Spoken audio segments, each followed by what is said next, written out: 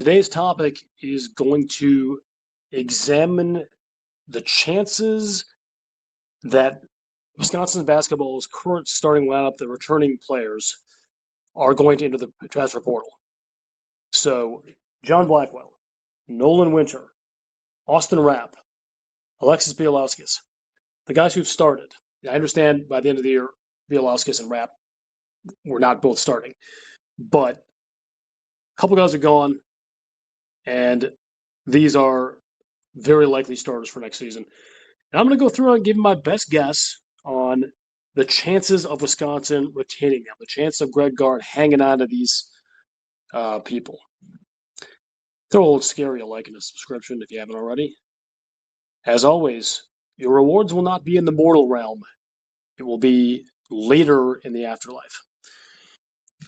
All right. Well, we've talked, I won't say talked ad nauseum. I mean, I went into it and did a sort of quick hitter after Wisconsin was knocked out by High Point.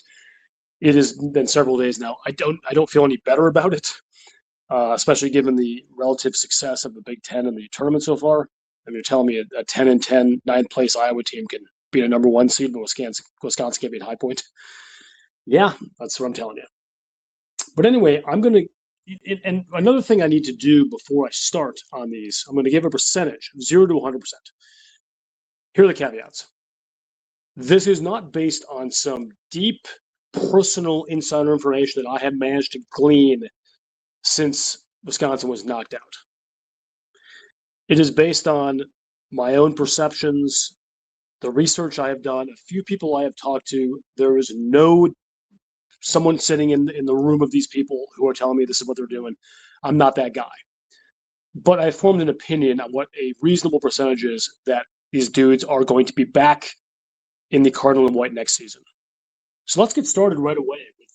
I'm going to go in order. I won't say it's most important to retain, but I would say in some ways it's just kind of the bigger the star is, the quicker I'm going to do it. Johnny Blackwell. I'm going to start with him. There was no one on this team, and frankly, no one in recent memory that I can think of during the transfer portal era on the Badgers, football or basketball, who there has been more buzz about entering the portal than Blackwell. He has completed 3 objectively successful seasons as a Badger. He's one of the absolute leaders of the team, bleeds Badger red, lives and dies by their losses. But to kind of set the scene for Blackwell, I don't think anyone who is paying attention this season could say that this was an easy year for him. There was some real up and down play, especially on the defensive end, that was very different from the previous season. I believe his defensive efficiency, one of the main matrices used, was in the high 60s, low 70s last season, and it was around the 15th to 20th percentile this season. Not good, guys. Not good. But an effective scorer, by all accounts, a really good leader. And after the loss to High Point, Blackwell was very emotional. Clearly laid it bare that he was a real Badger, that the team had been incredibly supportive of him, but also indicated that it had been off the basketball court a tough year. Didn't get too into that other than say he alluded to mental health. I don't know exactly what that means. I'm not going to try and divine what that means. It's not fair to him.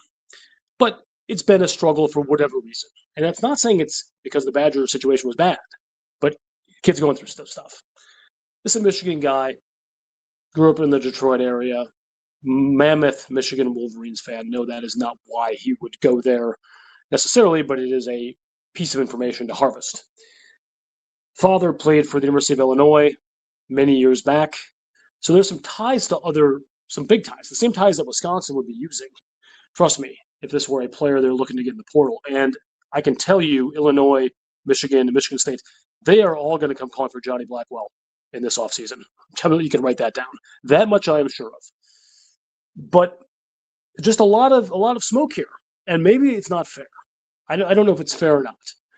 But here's my guess of how this will proceed, presuming the decision has not been made already and just not reported.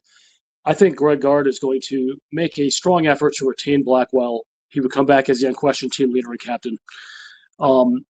Easy 20-point-a-game scorer as a senior next year. You can easily pencil it in right now. I think he's going to make a fair offer, probably with a substantial NIL raise from what Blackwell was given last year.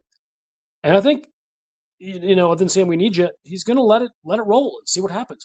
This is not – I don't think this is going to be where Greg Gard is going to start the recruiting process all over again. He knows that Blackwell is beloved in that locker room. He knows what Madison is. He knows Blackwell knows that.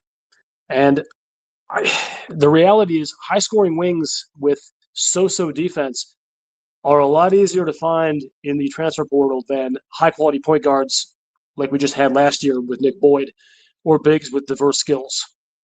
It's just a fact, guys. It's the reality. It's like some positions in the football portal are much easier than others. Left tackles, super hard. Lockdown corners, super hard. Running backs, you can find them. Linebackers, you can find them. So that's my guess on John Blackwell. I'm going to say the chances of the Wisconsin Badgers retaining Blackwell are 50%. Seems like a cop-out. I was a little lower and talked to a couple other people that made me feel a little more confident about it. But this is a coin flip at best, guys. I really believe that. The corollary, not a surprise at all if he comes back to Wisconsin. I won't be surprised. But I will certainly not be surprised if he leaves. Moving on, Nolan Winter. He has a skill set that is widely coveted in the transfer portal. He has room for growth, physically and also in his game. And you can make an argument that Winter over Blackwell even should be the number one priority for retention. Okay. I don't think that's an NBA player quite yet. Could he get drafted on potential loan next month? Yeah, it's possible. But I don't think so. And you got to remember, we're in a world where NIL is almost certainly going to pay you more than you would get as, let's say, draft pick number 57 playing in the G League. Way more. So, Winter's always kind of he's washed over me as kind of Minnesota nice, good sense of humor, really good locker room guy. I felt the same way about Hepburn. Hepburn had a Wisconsin Badger tattoo on his leg. I don't know if Winter has an ink. You had told me before Hepburn transferred, he was gonna go to Louisville for a raise, and we went over this. He had a reason to do it. I'm not bashing Chucky. I feel the same about Chucky then before we heard this as I feel about Nolan.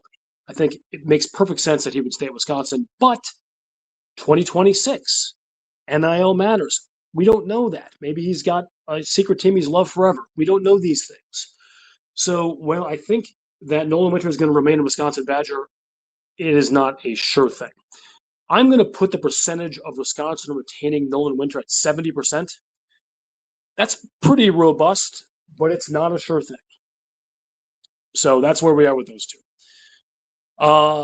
Blackwell, 50, Winter, 70. Austin Rapp. He was the only guy in that locker room that after they lost to High Point came out and said, in no uncertain terms, I'm going to be back with the Badgers. Great to hear, music for his ears. And by the way, as a small aside, I understand why journalists have to ask that question. As it was pointed out on the camp the other day, this is the only chance they have to talk to these dudes for a long time, and they're going to try and get that out there. But flipping it on the other side, if I'm a basketball player who just played my last game with my brothers that I've been, very, very tight with for years, and the disappointment of what should have been a longer run and getting cut, unfortunately, very, very short, I can understand any reaction from a player from no comment to the stuff that, Winter did when he was kind of like, I don't know, to Austin Rapp, who says, I'm back for sure. No wrong answer, guys. So I just wanted to get that out there. But Rapp seems pretty sure, and I understand that is a very good sign for Wisconsin to hear that. But by the same token of how we're trying to evaluate everyone, that doesn't mean he's a lock for the Badgers. I'm sorry. There are going to be suitors who will come calling for his really interesting inside-outside mix. He made a little progress on defense this year, which is good to see. He's not your traditional inside bully. I don't think he ever will be. But the way his three-point shooting game came around the second half of the season. Just otherworldly in some of the games. Didn't show up against High Point, unfortunately, but it certainly did against Michigan in the Big Ten tournament. That was one of the most dominant offensive shooting, three-point shooting streaks that I have seen ever. And his three-point shooting ended up, after an abysmal start, bettering what he had at University of Portland as a freshman. I think this guy's back, people. I think Rapp is back, not just because of what he said. I think he's back. I think this is going to be a big priority for Greg Gard. Probably the number 3 priority of the current guys that are on the team. 80% is where I put this. Higher than Nolan Winter. I think, and again, we'll see. He's going to have offers elsewhere, guys. He's going to have offers. He may have offers that offer more money than Wisconsin. Wisconsin has its own set of issues trying to get a high-quality point guard, which I'll get into at some other point, to replace Boyd and also retain Nolan Winter and or John Blackwell. That's going to take a lot of work and a lot of money, and that's just a fact. But I think they'll have enough left over to get Austin. So that's 3. And finally, with today's program, I'm going to end with Alexis Bilosquez, the sturdy Lithuanian. Guy's just a riot in the room with a sense of humor. He also made strides this year. He came in, we didn't know what to expect from him, and he proved at various times that he could be a dead-eye shooter from the outside, albeit not with a ton of consistency or volume. And his defense came along as the season went on. Still a lot to learn. This guy's, people forget, he looks like he could be your 32-year-old uncle. This guy's 20 years old. Just learning the game. He's been a Euro player his whole life.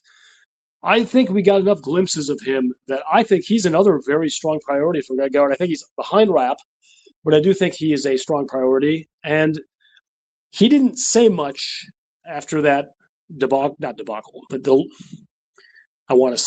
Freudian slip, the loss to High Point. But I feel very confident that Bilosquez is going to be back. He invested a lot of time acclimating himself to Madison, learning a bunch of new things. And more so him than for maybe another player raised in this country. I feel like uprooting and trying a completely different place doesn't make much sense.